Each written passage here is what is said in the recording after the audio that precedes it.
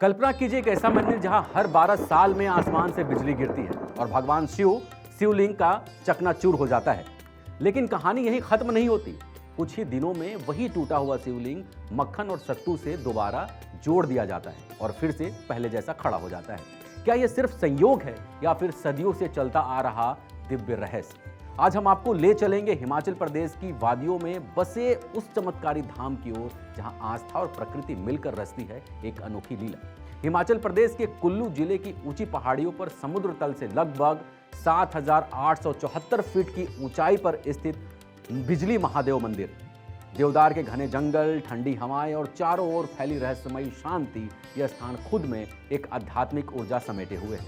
कुल्लू शहर से करीब 20 किलोमीटर दूर यह मंदिर दिखने में साधारण लेकिन इसकी परंपरा असाधारण है। स्थानीय लोगों के अनुसार 12 वर्षों में इस मंदिर पर आकाशीय बिजली गिरती है और वो सीधे मंदिर पर स्थापित शिवलिंग पर आकर गिरती है।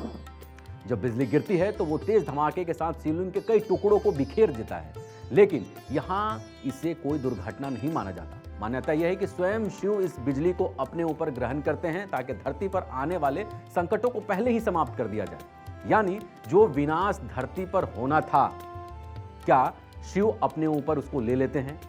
क्या यह सिर्फ आस्था है या फिर प्रकृति और विश्वास का अद्भुत संगम? अब कहानी का सबसे चौंकाने वाला हिस्सा, जब शिवलिंग टूट जाता है तो मंदिर के पुजारी और स्थानीय लोग मिलकर उसके टुकड़े को इकट्ठा करते हैं।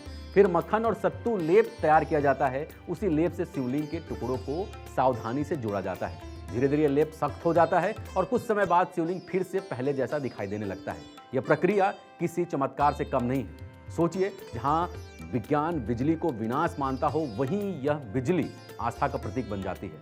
इस मंदिर से जुड़ी एक प्राचीन कथा भी है। कहा जाता है कि कुलांत नाम का एक राक्षस व्यास नदी का मार्ग रोककर पूरी घटना को जलमग्न करना चाहता था।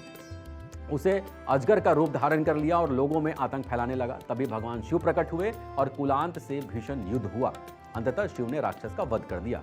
उसकी पूंछ में आग लग गई और वहीं गिर पड़ा। मान्यता यह भी है कि जिस पर्वत पर उसका शरीर गिरा वहीं आज बिजली महादेव मंदिर स्थित है। इसी कारण इस स्थान को कुलांत पीठ भी कहा गया है। हर 12 साल में गिरती है बिजली, टूटता हुआ शिवलिंग और फिर मक्खन सत्तू से उसका पुनर्निर्माण किया जाता है। यह केवल एक परंपरा नहीं बल्कि आस्था, प्रकृति और विश्वास का अद्भुत संगम है। बिजली महादेव हमें यह सिखाता है कि विनाश के बाद भी पूर्ण निर्माण संभव है। हर संकट के पीछे छिपी होती है एक नई शुरुआत। अगर आपको यह रहस्यमयी कहानी पसंद आई तो इस वीडियो को जरूर लाइक और सब्सक्राइब करें।